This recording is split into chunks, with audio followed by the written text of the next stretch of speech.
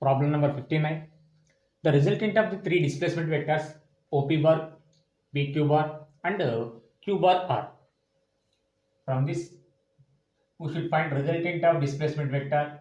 So displacement vector S bar is equal to OP bar plus PQ bar plus QR bar. Out of three vectors, this OP bar making an angle 37 degrees with positive x-axis. So first, we should resolve this displacement 5 meters into two perpendicular components.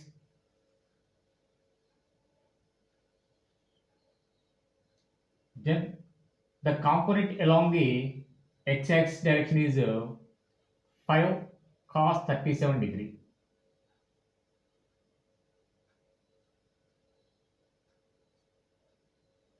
And the component along the y-axis is 5 sin 37 degree. From this, displacement vector OP bar is equal to 5 into cos 37 degree. Cos 37 degrees value 4 by 5. That's why 5 get cancelled. 4 I cap will come in this.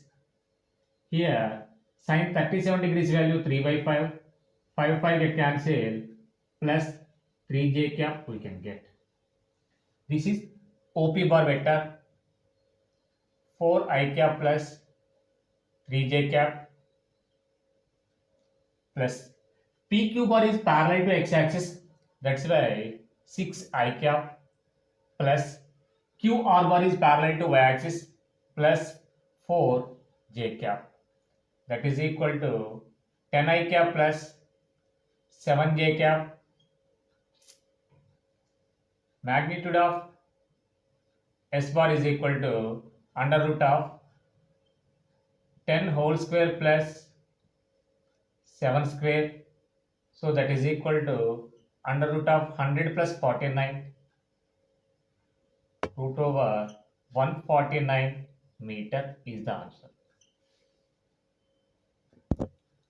Problem number 60. Four forces of magnitude P, 2P, 3P and 4P act along the four sides of a square ABCD in cyclic order. The magnitude of resultant is here AB, its magnitude is P, BC magnitude is 2P, CD magnitude is 3P and DPA magnitude is 4P. Here we have to calculate resultant vector. So resultant vector of those four vectors is equal to R bar is equal to AB bar plus BC bar plus CD bar plus DA bar. From this, AB bar, its magnitude is P and it is acting along positive x-axis. So P I cap. BC bar is acting along positive y-axis direction. Its magnitude is 2P. 2P into j cap. CD bar is acting along negative x-axis. Its magnitude is 3P. So we should take minus 3P into I cap. DA vector is acting in negative y-axis direction. Its magnitude is 4P. 4P into j cap. Simplify this one. Pi cap plus 2P j cap minus 3P I cap minus 4P j cap. From this, minus 2P I cap minus 2P j cap we can write. We have to calculate magnitude of resultant. Magnitude of resultant R bar is equal to under root of minus 2P whole square plus of minus 2P whole square. From this, resultant magnitude R is equal to under root of 4P square plus 4P square. If we take 4P common, then we get 4P square into 1 plus 1. This we can write 2 4 root.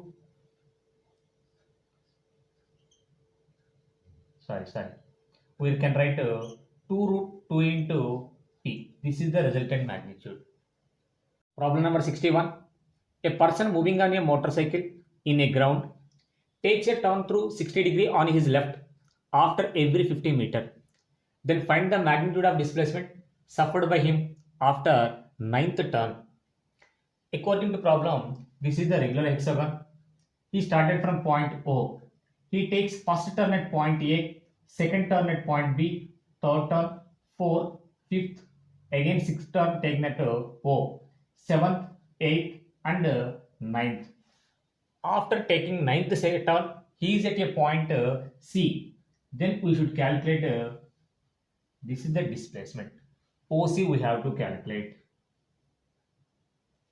If you observe here, this point is taken as a center point, and in this regular hexagon, this angle is equal to 60 degree, and this angle is equal to 60 degree. This is 60 degree, and this one is equal to 60 degree. So from that O to this midpoint, take it as some F. O to F is equal to 50 meters. Why? Because it forms a equilateral triangle. So magnitude of displacement is equal to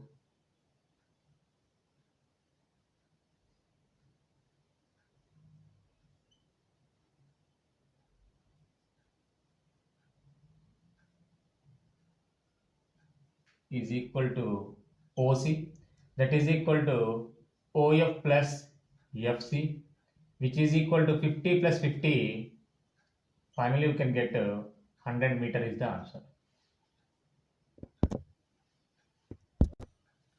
Problem number 62.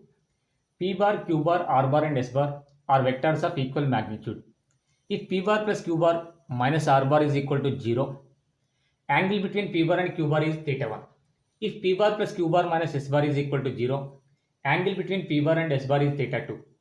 The ratio of theta 1 to theta 2 is. Here they given four vectors PQRS of equal magnitude, and according to this condition, P bar plus Q bar minus R bar is equal to 0. P bar plus Q bar is equal to R bar. From this condition, P bar plus Q bar minus S bar is equal to 0. P bar plus Q bar is equal to S bar. Here, angle between P and Q, they given theta 1. Between P and S, they given theta 2. Here, if two vectors are equal in magnitude, making an angle theta with each other, then they result in making equal angle with P bar and with Q bar. That's why P bar plus Q bar, angle between P and Q, is taken as theta 1. Then angle between P and S is equal to theta by 2. So from this they are asking theta 1 is to theta 2. So theta 1 by theta 2 is equal to theta divided by theta by 2. So that is equal to 2 is to 1. Problem number 63. A uniform rod of 3 kg and length 1 meter is suspended from a fixed point by means of two strings of length 0.6 meter and 0.8 meter, which are attached to the free ends of the rod, such that rod is horizontal. Find the tensions in the string R.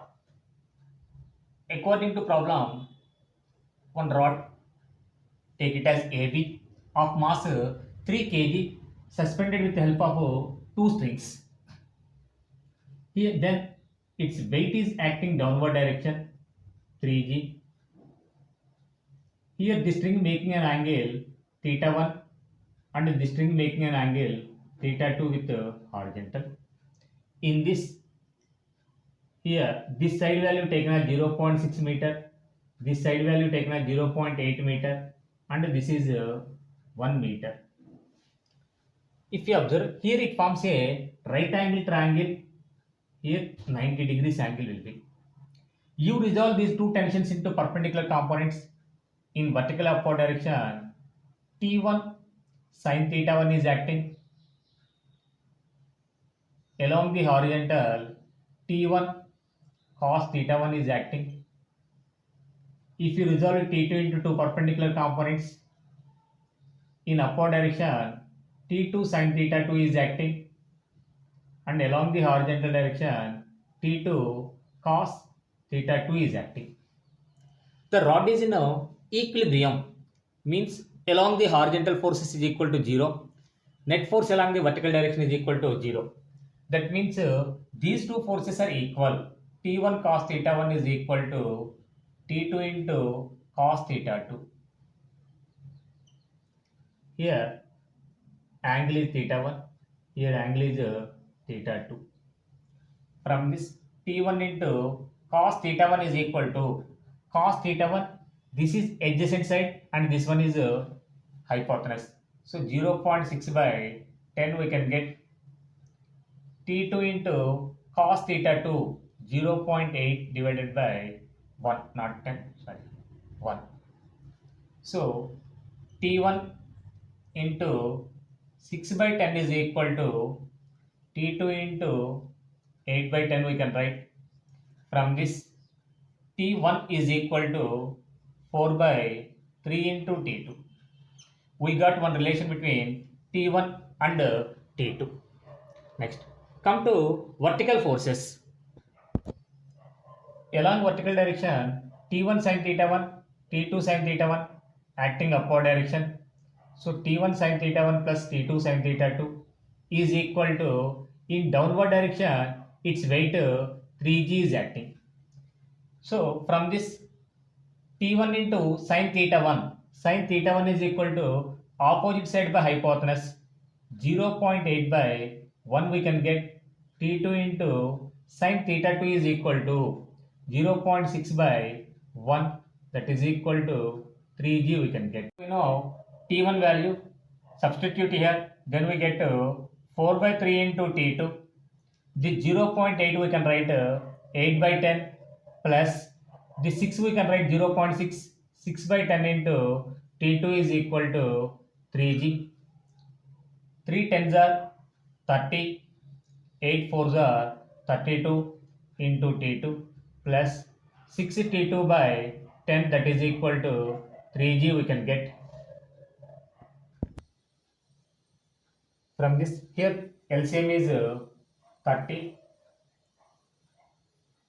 32 into T2 plus here 3 times 3 6 are 18, T2 is equal to 30, 50 into T2 is equal to 30, 30s are 900, T2 is equal to 90 by 5. T2 is equal to, this we can write 90 by 5, 18 Newton we can write. But we have to calculate in kg weight. So in kg weight, T2 is equal to, T2 is equal to 18 divided by 10 kg weight. So T2 is equal to 1.8 kg weight. This T2 value substitute here, then we get T1 value. So from that T1 is equal to 4 by 3 into 1.8, that is equal to 4 into 0.6, that is equal to 2.4 kg weight. So T1 is equal to 2.4 kg weight, T2 is equal to 1.8 kg weight.